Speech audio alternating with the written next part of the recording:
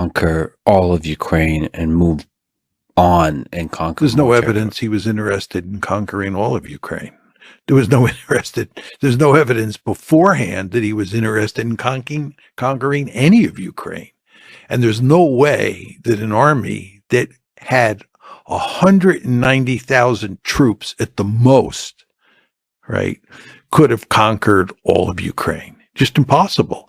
As I like to emphasize, when the Germans went into Poland in 1939, and the Germans, you want to remember, were only intent on conquering the western half of Poland, because the Soviets, who came in later that month, were going to conquer the eastern half of Poland.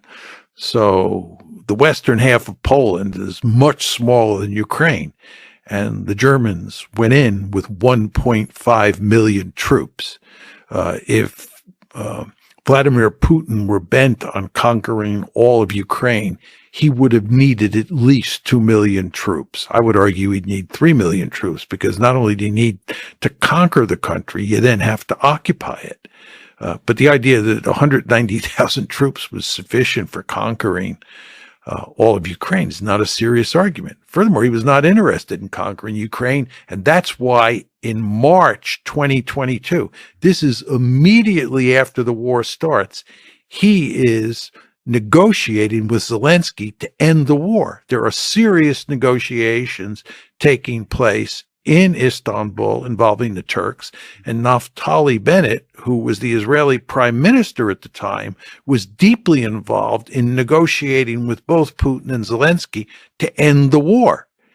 Well, if he was interested, Putin, in conquering all of Ukraine, why in God's name would he be negotiating with Zelensky to end the war?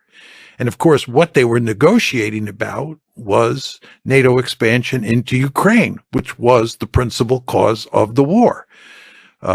People in the West don't want to hear that argument, because if it is true, which it is, then the West is principally responsible for this bloodbath that's now taking place.